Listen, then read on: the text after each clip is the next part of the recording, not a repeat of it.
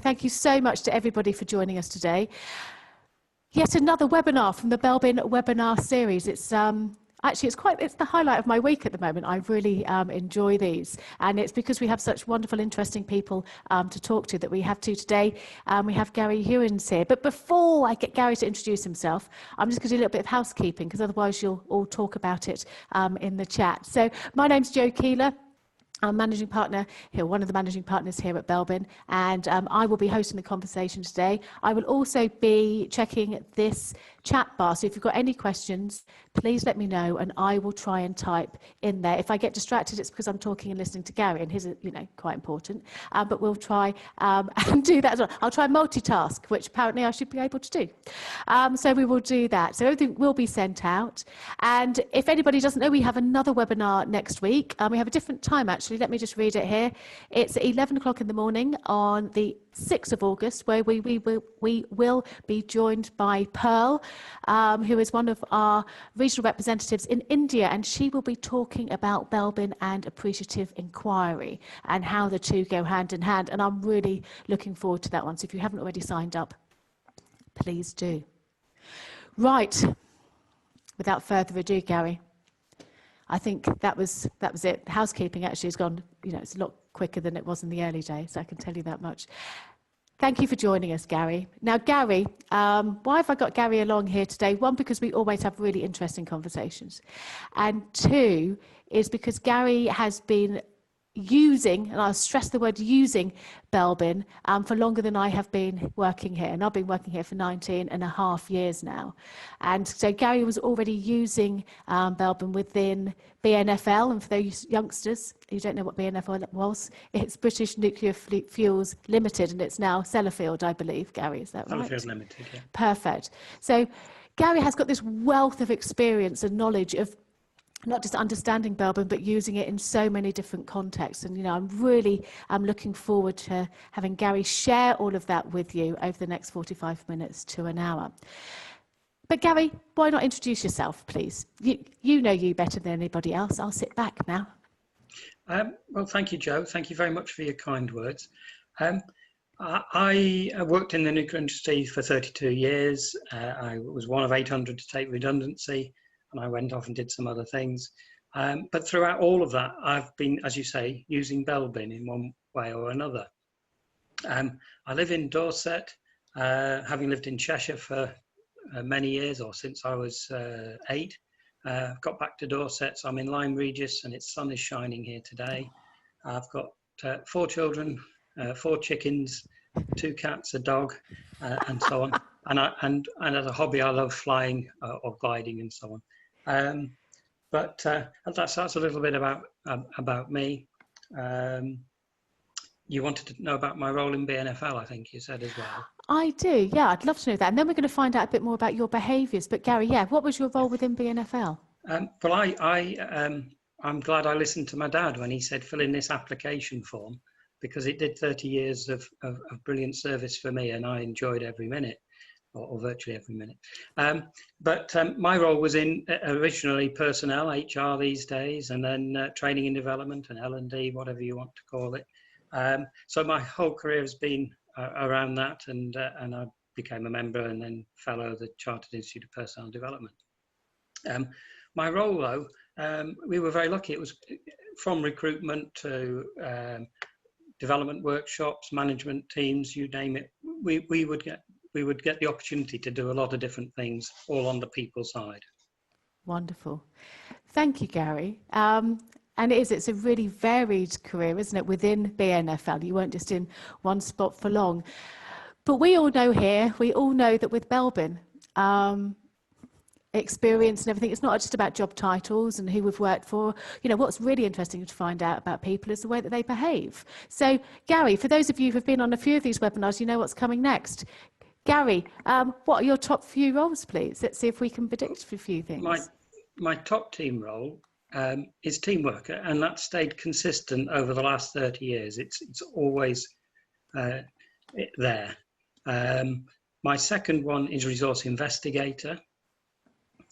And then at the moment, the latest time I filled it out was about 3 months ago, is monitor evaluator. Okay. but coordinator and specialist have been in there. I've looked back over some profiles and it has changed, but the consistency is teamwork. So as we go through our lives, different things happen. We have different experiences, etc., etc. And so you'd expect our Belbin team roles to change to a degree, but you've got that consistency there. Gary, what's your bottom team role? Has that always been quite consistent? Shaper, totally. Wonderful. So I'm just going to put Gary's name on the outside here. You may not be able to see this particularly well, but I think you'll get the gist of it later. So this is Gary's profile. So very much in the social area here, we have the team worker, resource investigator, thinking, weighing up the pros and cons, sometimes getting that emotion out of the decision-making process has started to come in as well a bit, Gary, here. But definitely not someone who's going to drive forward to say, come on, let's get it done. Not somebody who's going to be competitive at all. So now I'm going to put my top roles here. I was about to put it on team worker, but that was a joke. Right, so it's resource investigator, coordinator, and shaper. So again, we have social roles in common. So we like, dealing with people, but I have that drive and that competitiveness and that need to get things done. But what I really don't have is any attention to detail. So here we have the completer finisher down here for myself. So for those of you who know Belbin, take a minute, have a look at this. Look where we have things in common, things that we don't have anything of, and just type in the box, hopefully to panelists and attendees, of how do you think this conversation is going to run.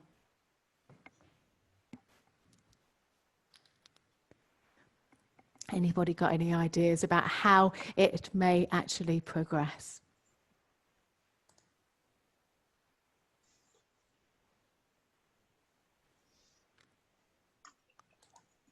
A nice social chat. It could end, sometimes it is just a nice social chat between us, isn't it, Gary? Very chatty, friendly. There may not be many ideas. There may not be any unique ideas. There may not be any of that creativity coming from the plant, but I should imagine there'll be plenty that we've stolen from elsewhere, hey, Gary? Plenty that we've seen elsewhere, perhaps. Fun, engaging, and long. Okay, we'll explore each other's strengths. You'll take care of us. I hope so. I hope you'll find this useful and very, friendly again. Hopefully it won't be long, because what's going to happen is that my shaper role will come out and there's no way this is going to overrun. So don't worry about that. We'll explore each other's strengths. Thank you. And that's the beauty of Belbin, isn't it? It's really understanding, being able to predict how people are going to work together. So if Gary and I were about to work together, we'd have this and we'd have a really good conversation. And in fact, we've already had that conversation, Gary, haven't we? I said, I know I'm high shaper. I do apologise if I interrupt you. I'm going to try really hard to play a more coordinator role. At which Gary said, don't worry, because he's a high team worker, because I think if you've got something useful to say, I prefer that you said it. So we've already kind of had that conversation, knowing how potentially it may go forward. So it's a really wonderful tool to have. Enough about us, Gary. It needs to be just about you now. That's what we're looking for. So, when did Belbin first walk into your life? Come on, tell us the story. A long time ago. It was the early days of Belbin, but I had never heard of Belbin. I was in a meeting, I can picture it now literally as if it was this morning. Young personnel officer in a meeting with engineers and managers, and one gentleman referred to Belbin and said, Gary, you need to sort that for this. And I'm thinking, what on earth is a Belbin? Luckily, coming out, he didn't pursue it anymore. But as I came out of the meeting, my colleague said, it's Belbin Team Role theory. And I suppose the rest is history. We did get Belbin in. We had it on all of our sites. We used it. This was for some management workshops at the time. And I soon got to know about it. And it was the early days when it was paper-based with the 9 roles, and we used to type it into the interplace into the computer, and we'd have paper observer sheets, and then they'd be typed in and so on. and I think I typed a lot in over the years.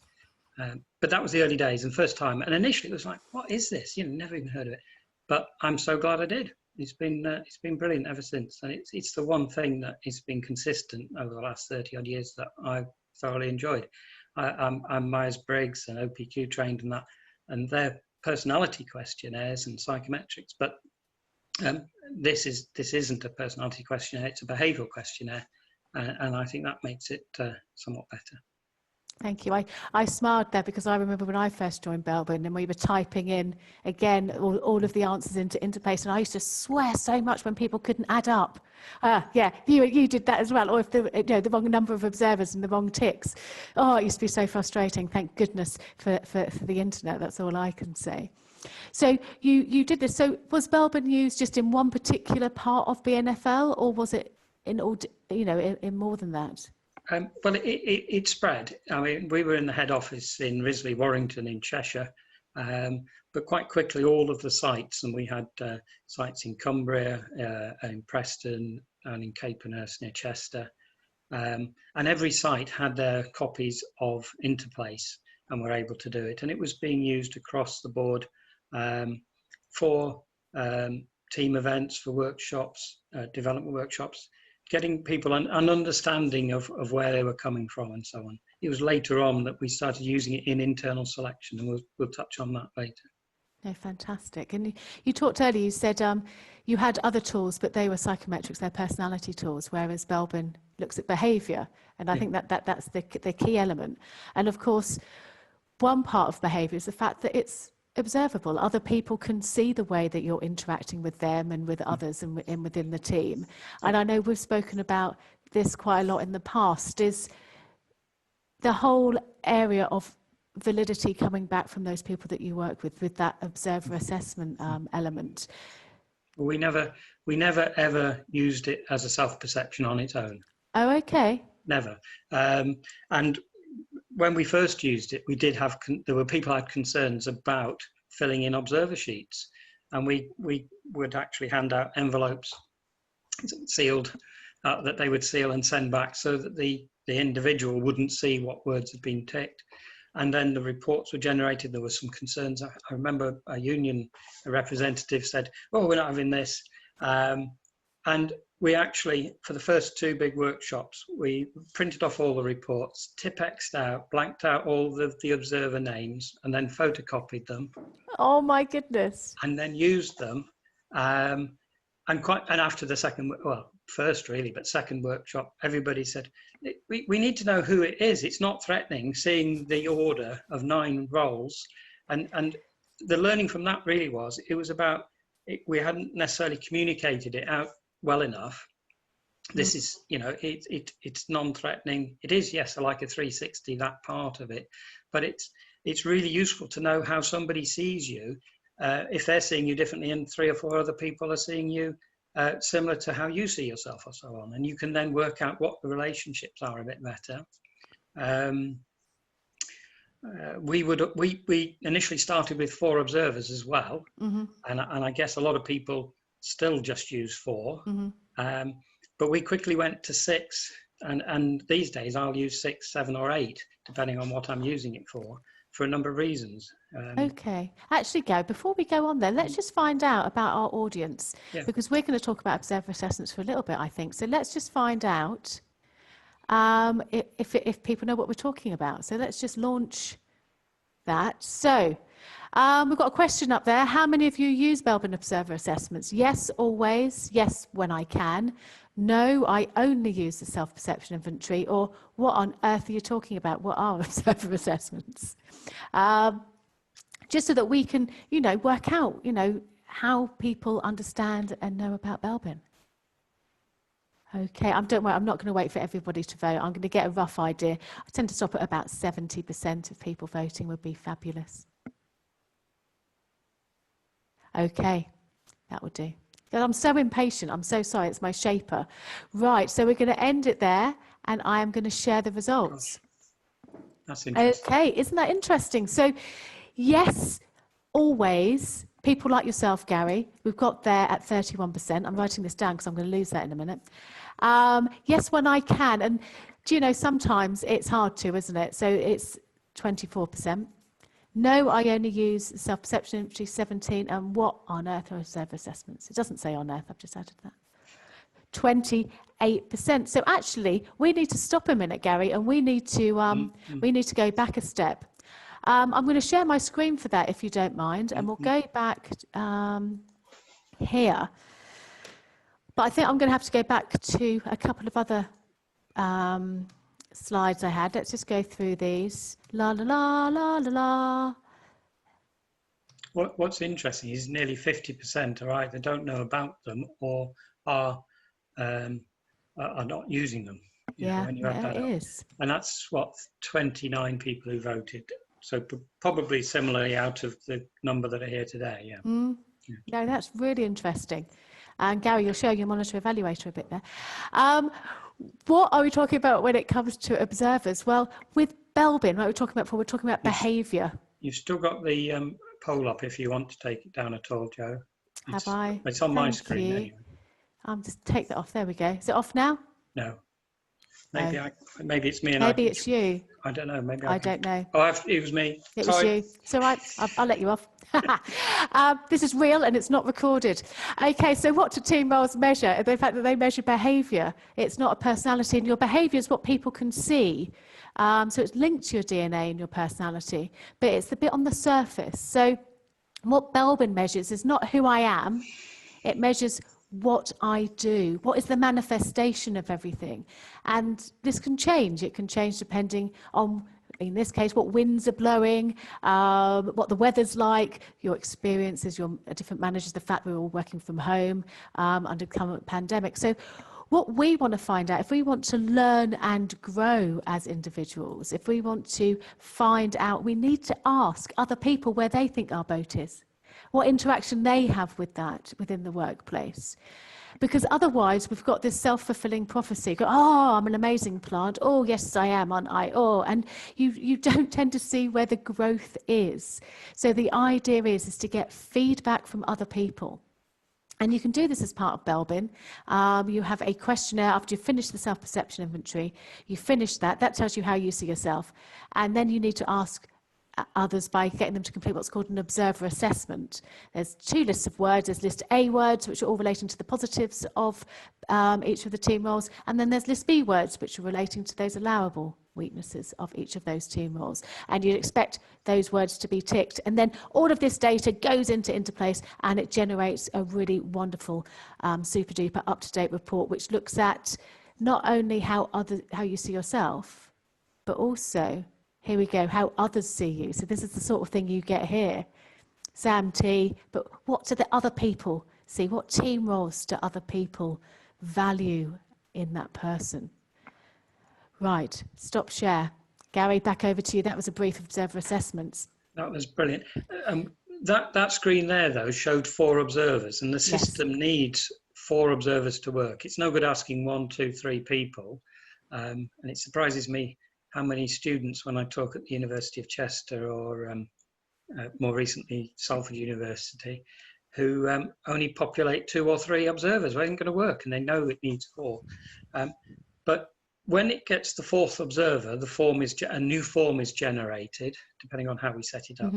But sometimes some observers are not so good. They don't bother to do it, even though they've been asked several times. So we introduced it initially with having 6 observers, so that we know it had at least 4, but we always would encourage to get the 5th and 6th. Actually, Gary, that's a really good top tip. That's a really good top tip, because when you ask people to fill in the observers, you have white boxes, they put email addresses in, and they press a button, and then the observer form goes out to those people that you want to observe you. It's very rare you get all of them done. So you need to increase your chances, don't you? That's exactly it. If you ask for 6, the likelihood is that you will get 4, which will generate the updated report. Whereas if you only ask for 4, then that may never happen. Good top tip, Gary. The other tip as well is actually not to just populate the email addresses into it, is whoever's filling out the self-perception inventory is to ring or go and talk to or email and say, look, I'm doing this. Would you look out for it coming into your box? It'll take you 5 or 10 minutes. I'd really appreciate it. It's completely in confidence. I won't see who said what other than a list of words, and it will be blended into my report. So by asking people, they're more likely to fill it in. Some people just go, oh, they'll do it, and they don't, because they don't know what it is or anything about that. So if you're using observers, and I'd always recommend it, make sure that the observers have agreed to do it. And if there's any hesitation, say it's okay, don't worry, and find another observer. But use the observers; it makes such a difference. Do you know, Gary, again, that's really useful, because I think nowadays we have so much bombarding our inboxes, don't we? Yeah. It's if we want people to do something, just pick up the phone. That's right. Also, of that political, because we sometimes get feedback saying we don't want to do it because it's a bit political if we're asking for feedback. We're at a stage of change or something at the moment where people don't feel comfortable. Well, okay, well, you need to frame it, don't you? How do you do that? Do you need to just pick up the phone, you think, and just talk to people? Yeah, that's if you're the individual, but sometimes people don't really understand. Occasionally, people don't understand why they're doing a Belbin. It's been an edict, and it shouldn't be. It should be introduced. Everything should be given the reason why you're doing something and how it will fit with your job and so on. A colleague of mine recently was, personnel, HR, whatever they're called, had emailed through and said, we're doing these, fill this out. There was no words of introduction on how they were going to use it and so on. So communication is key, and everybody's rushing around, and they don't make time to communicate properly, I think, at times. So it is important. As the first time we used workshops, we hadn't properly communicated or allayed fears to allow people to then buy into it and to do it. And they couldn't see what was in it for them, I suppose, either as individuals or the observers. But it's about communication, allaying fears, and ultimately what I do, I've always done until recently with Zoom and so on, although that will restart. I've always done one-to-one feedbacks with people to understand what the profile is, to give them some quality time, 45 minutes to an hour. A lot of companies go, can't do that. There's the report and read it. But I encourage the individuals who are having a feedback to go and share some bits, not a lot, but maybe share the list of words with the observers and say, look, this is what came through. I know you don't want to see a lot of the report, but share it and thank them, and they can see, oh, that's non-threatening, if they've never done the Belbin themselves, if they're purely observers. The other key thing, I think, with observers as well, because it recommends you ask your boss, your peers, your subordinates. So that's why you'd quickly run out with only 4, but if you've got 6 or 8. But you might want to choose a customer, an internal customer, external customer, or someone that you have to work with. You don't have to feel that you like each other. Don't tell them if you don't like them. But you don't have to feel that they like you or whatever. But by getting them, and if they agree to be an observer, will give a different view. And you might then see, now I know why. Everybody else sees me as this, I see them as that. But they're seeing this other behavior, maybe from first impressions years ago or whatever, but you can start to understand what they're seeing, especially if it's the same as everybody else, fine, but and that's just, people don't always get on. But you can use someone that you don't feel, a lot of people use their friends, they use or people that they want a good report back. I'll quickly touch on as well, if you're using, or when we use job requirements, if people are using Belbin in internal selection, quite often the observers don't want to tick anything on the B list, because they're thinking, oh, it's an internal promotion, I'd better not put anything there, and that can skew it slightly as all positive words or be thrown out. Yeah.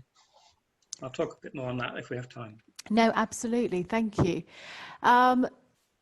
So really just to sort of look back at the observer assessments, Belbin is only, with the self-perception, it's only ever as good as your self-awareness. And you found this at BNFL, because actually what you're trying to do is not just give people a snapshot of how you see yourself, but actually how you can grow, how you can perhaps go on to future roles and progress through an organisation. And to be able to do that, you need to ask other people for their feedback. So somebody has put in the questions, why would anybody want to do Belbin without the observer? Absolutely. I couldn't agree more, because otherwise it's just that echo chamber, isn't it?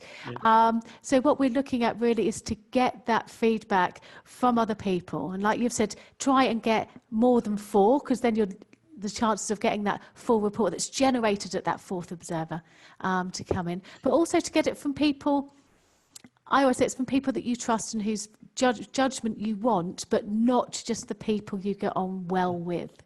Well, I fully agree. And I do, if I'm doing a talk, well, anywhere, I will ask the audience if they've heard of Belbin, and a lot will have.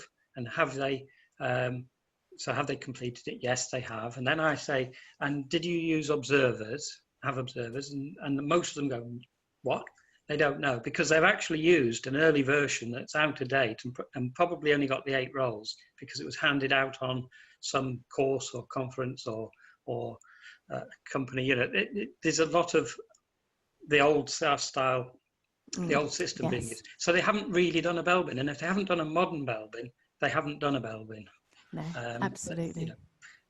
So that gives me a gauge to know actually who's using it. And I ask some more questions to check, are they using the online version, getting an expert report, the paper report.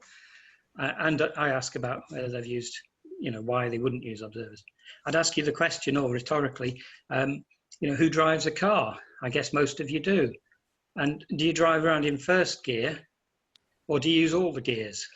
Because if you're not using observers, you're driving around in first gear on your using Belbin. Oh, sorry. Resource investigator, I'm just going to write that down. Well, I ask another one is who goes flying in aeroplanes, with more than one engine? Do you take off on one, or do you use them all? Wouldn't get me. Absolutely. So the more that we have, the more that we can use, the more effective that we can be, is basically what it is. I also like what you said there is, and I think people will it'll resonate, is that when you're running a workshop, and this is any workshop, this is just for Belbin, and I know this worked really well at BNFL for you, is that you spend as much time setting the workshop up as to give them the reasons why people are doing things, as much as you do the follow-up. Because unless you set the scene correctly, people don't know why they're doing something. And that's sometimes where a lot of barriers come up, isn't it? It's where that, because people are scared. And if people aren't sure or a bit scared why we're doing it, they're less likely to throw themselves into the process. And when you get those barriers, it can be because, I did that at university years ago, but they didn't really, because they only had the 8 role version, the paper version, and they haven't actually understood or seen what it can do. And even today, what was it, 28% didn't know about the observers or haven't used them. So it's about educating or checking understanding, making sure that we're on the same hymn sheet to move it forward. Because definitely I've had, Belbin, I've done that, and really they haven't. And you've got to actually show them the real benefits. Yeah. Perfect. So going back to BNFL, what were the benefits that they mostly gave? Why did they keep using Belbin for such a long period of time? Because it worked.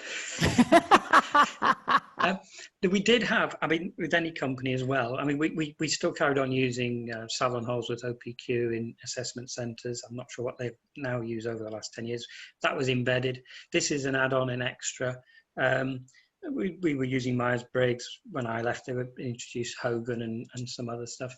When they were using it on selection and in development workshops.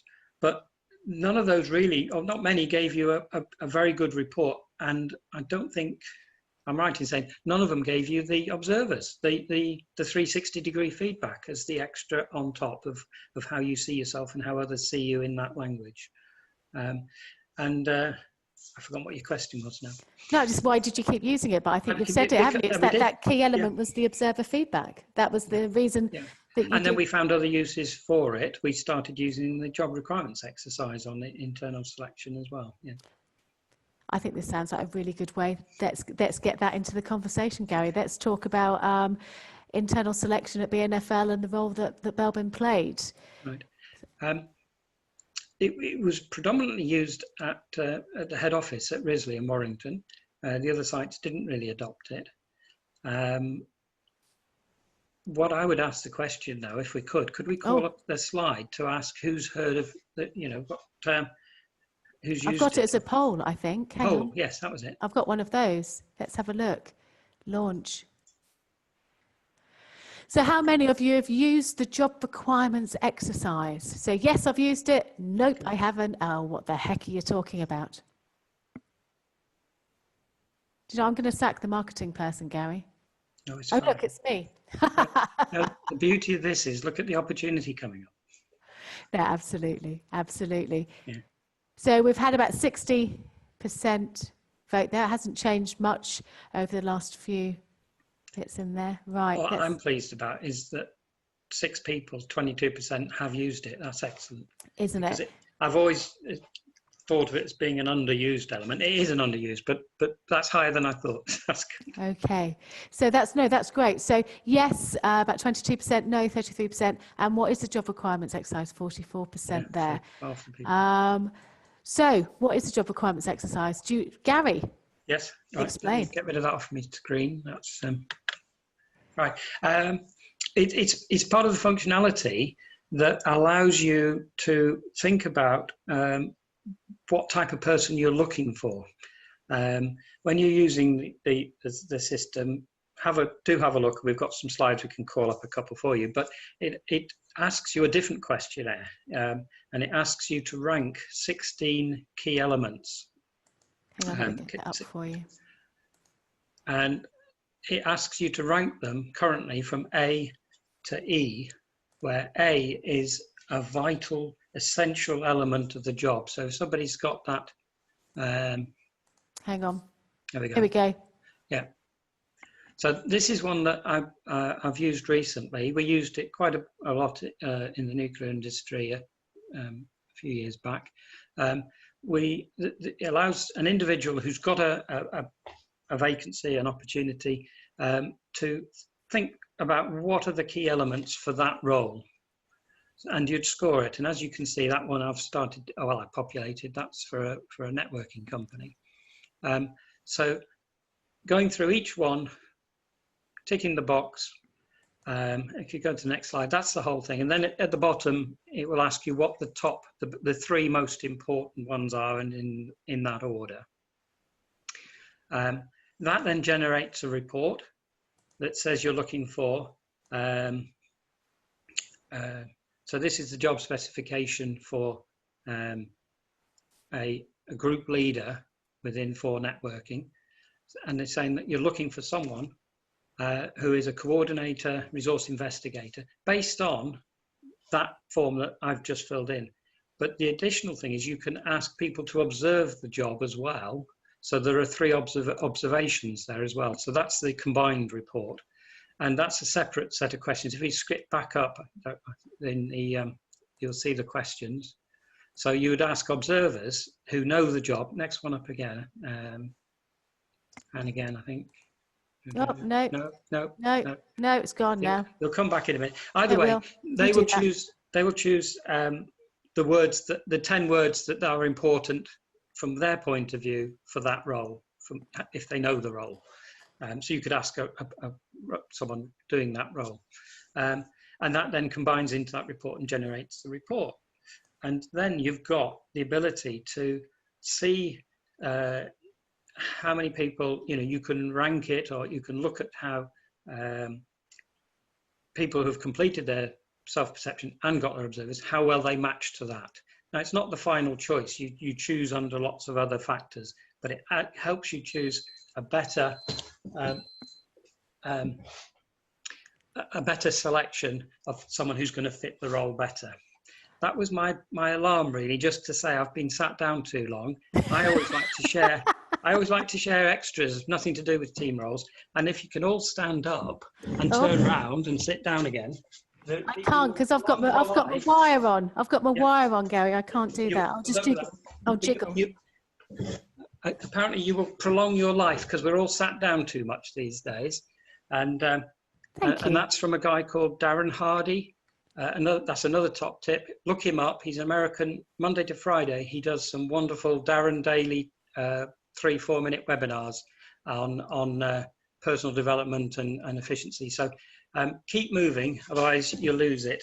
And I threw that one in on you, Joe. Sorry about that. Thanks ever so much for that. But my legs feel better. We didn't discuss that at all. Right, that's it. You're off the list. No, not at all.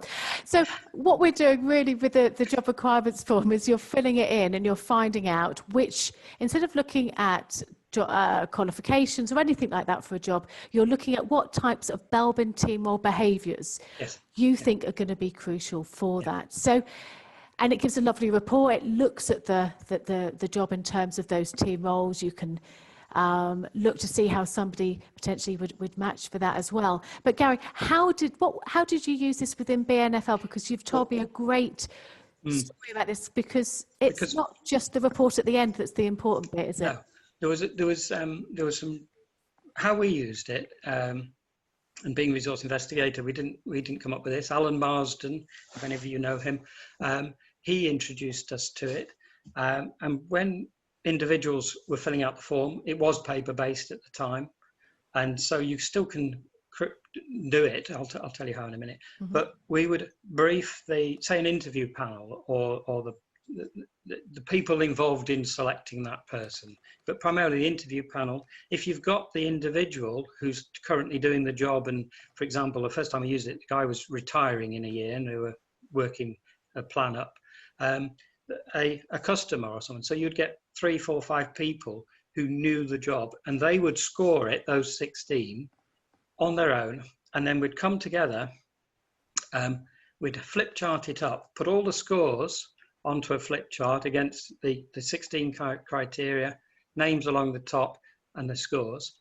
And then we would go through every one of the 16 elements and actually everybody's score on why they thought A was, this particular element was critical to the role. And even if everybody had scored A, all the people, and people would want to move on and say, oh, well, we know that is a benchmark to it. And we say, no, hang on a bit. Why did you give A for that role?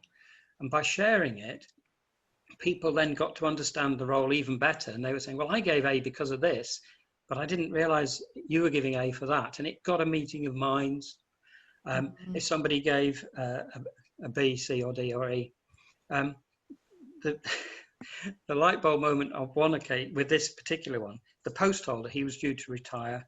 He had 30 years of experience working with the Japanese on the contracts, and the director of his department had scored, I think it was a D or an E, and everybody else had A's and B's.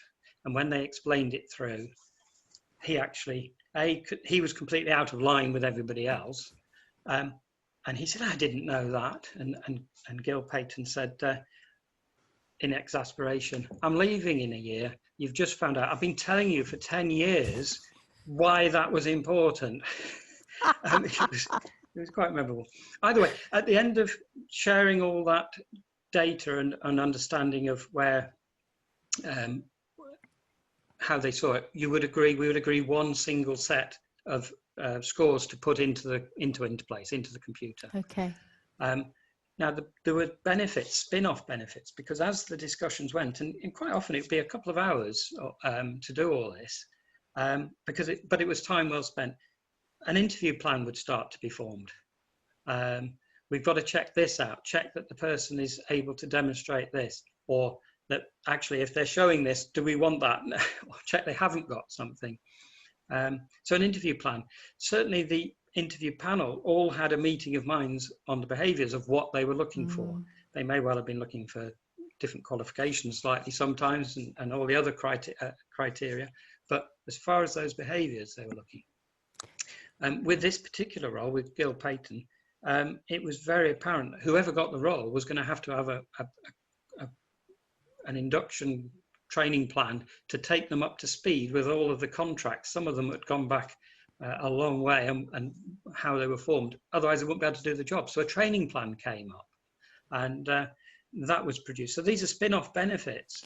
And I was just to say, yeah, I think that's, I'm sorry, it's happened, hasn't it? I do apologise. Sorry. I think that's crucial, isn't it? So you started with not just one of you filling in the job requirements exercise. It was a meeting of minds. It was a discussing, so that all of you ended up really understanding the role. And I think we'll all agree, actually, I know I've experienced that when we've been recruiting in the past, is that what I've got is quite definite, but it's up here. And what somebody else has got is quite definite. And we're making the assumption that it's the same. And it's only during conversation and everything, and actually really discussing what it is that you're requiring, do you get to the crux of actually what's discovered. But it's not just from forming and outlining the job in the first place. It's like you just said, and then interview questions, interview planning. What do we need to find out? It starts to inform that. Yep. And not only the interview, but okay, just by finding out more about what the job was, because you had the post holder in there as well, the existing one, Yep. is what do we need to do to get that person flying as quickly as possible, to get that person not literally flying, but actually in that role and on the ground running, so to speak. Yeah, and it worked. It was a real success. It was excellent. The first time we used it in a different department, in an engineering department. In fact, it was it was the first time with them. We went through the same process. We came up with the information. We typed it in. It said, we're looking for this. And they went on and did their normal selection process without knowing who was or any of the reports on the candidates. We didn't want to influence them based on the data that come out of Interplace, out of Belbin. And at the end of the day, we went into the wash-up and sat down, and the interview panel says, well, we've got our chosen preferred candidate. What does Interplace say? And in those days, and I know it's not there now, but it did give you a ranked order of preferred candidates. And we said, well, we know ours. We'll show you ours. It was quite humorous. So anyway, their top candidate, based on all of the criteria, was John Smith, for argument's sake.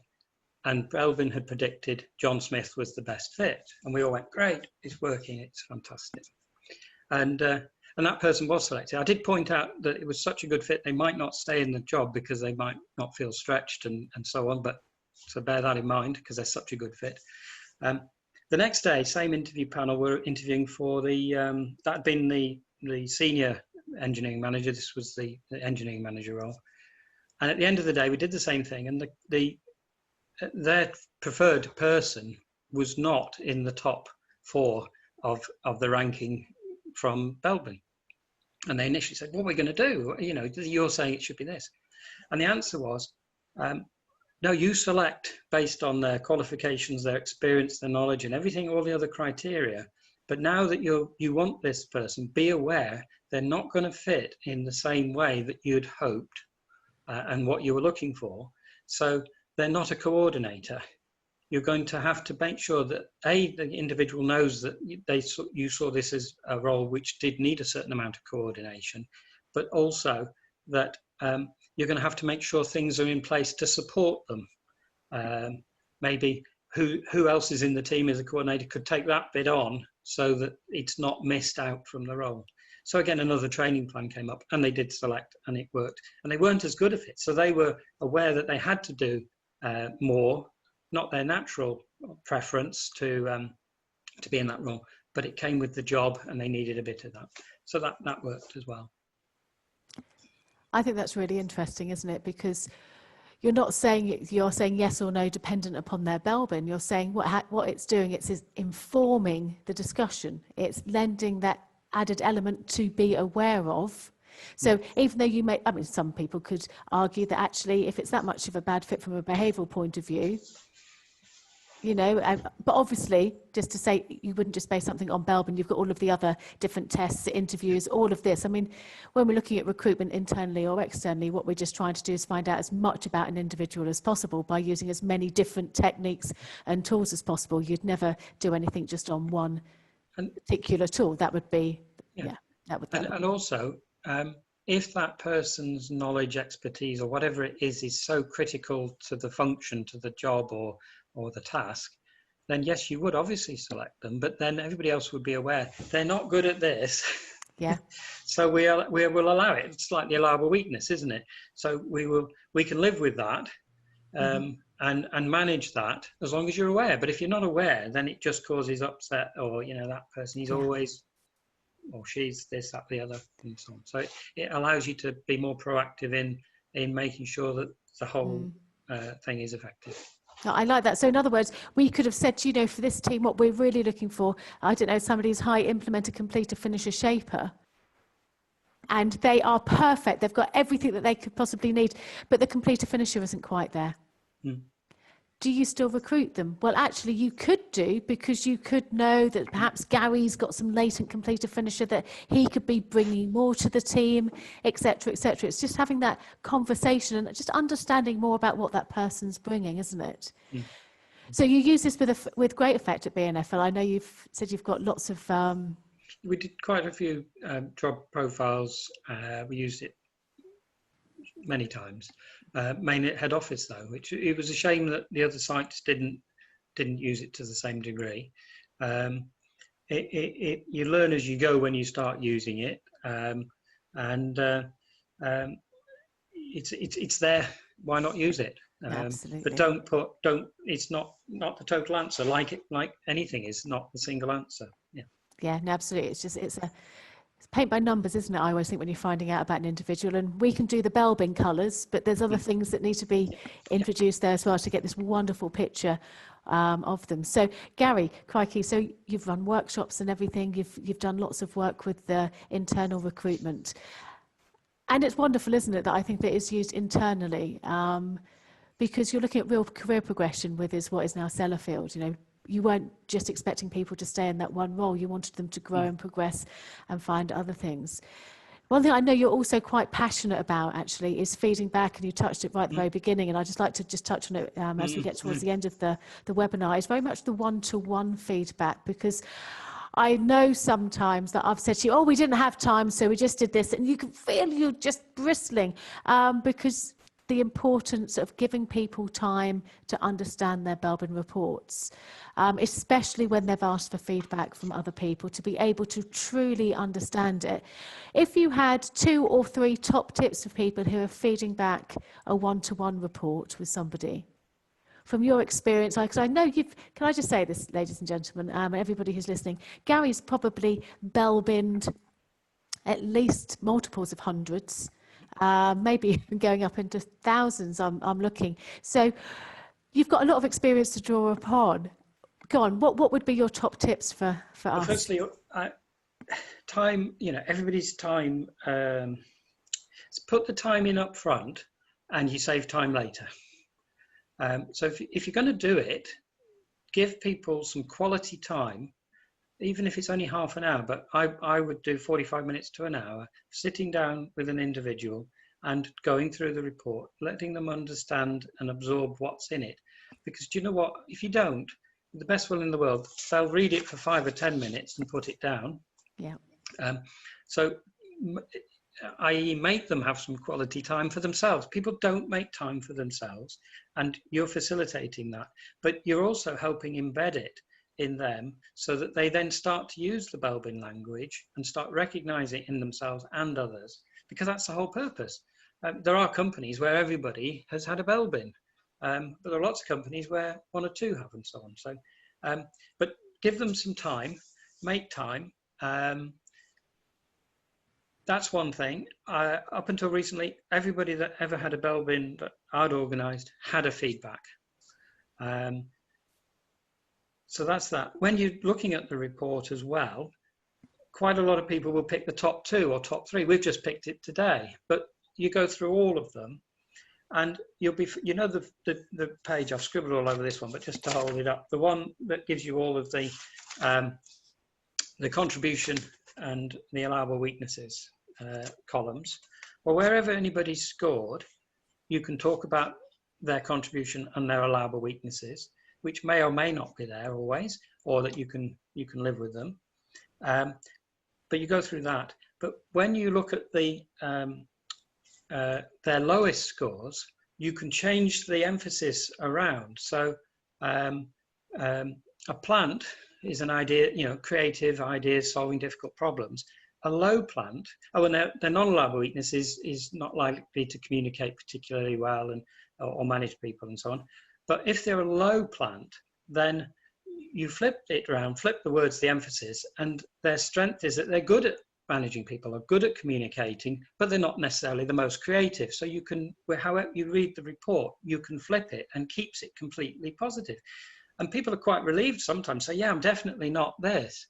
In February, I was doing a talk, and I got people around the room to go and stand where they were, and some hadn't filled in theirs, but we'd gone through the roles briefly. And I said, well, what do you think you are? Are you this? She said, oh, I'm definitely not that. So she knew what she definitely wasn't and was able to go, So it's about seeing that there's a positive wherever you are on that 9 on the chart. And those are what I like doing, so do more of it, actually. Those are the ones I'd rather not do. I'm not happy with. We'll get somebody to work with you.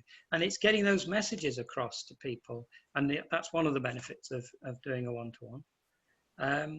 It can be used in coaching and other purposes. So inevitably, I used to be doing what I did before. You'd chuck in some little extras because you'd be talking about, well, have you thought about this? And you'd add, a Johari window model or a leadership. I don't know, but you could add stuff. But primarily, it was about the feedback, so they got a good understanding. I'd also say to people, there's your report, because we hard copy is good, but don't leave it lying around. It's yours, it's personal, but don't go giving it to somebody else to read. They're probably not interested. Maybe they are, maybe they're not, but go with a purpose. If you want to share a bit of your report, choose the bits you want to share. They're great at performance appraisal time. You could be using it in that. Share the bits share the words, but not all of it. Well, I've lost my thread there, but it is about sharing the elements that are important to you, that you like. Maybe discussions can come up and say, well, look, I see this is how I see myself, but others don't. They can start to have dialogue with it. Yeah. So personally, it's theirs for them to use and share knowingly, not willy-nilly, or leave it lying around. Yeah. But it's also the responsibility that you're giving as the facilitator, as the coach, back to the individual to say, this is you, this is yours, and encourage them to use it. Yes. Like you say, check, not like you say, not all at once, but perhaps having that conversation with your manager and saying, it's interesting actually, because you saw me slightly differently to everybody else. Yeah. Can we have a conversation? When was the last time do you think you saw me as high coordinator? And by the way, this is what a coordinator is, and being able to open up those discussions. And I generally, well, no, I won't. I never give a feedback if they haven't got the observers. Okay. That's my way, my sort of leverage to say, well, if you want the one-to-one feedback, get the observers. And to add to what we were saying about the observers before, when you look at the 2 columns of words, there are words ticked, there are words that aren't scored. The 0 words are just as important to look at as those that you've got scores, because some people will with relief go, oh, that's great. I haven't got indecisive ticked or whatever. Yeah. And the words have changed over the years. Aggressive used to be on the list many years ago. Yeah, that's been taken off, yes. And one gentleman said, aggressive? I'm not aggressive. My wife said that, and he was. And no, you're not aggressive. But the words are useful to look at and as a discussion on their own right, because we're rubbish at giving feedback to each other or receiving it. And people start smiling. Oh, lovely. People have said this about me. I wouldn't have said that, but they have. And that adds value as well, greatly. Years ago, when it was paper, we used to encourage people to add words.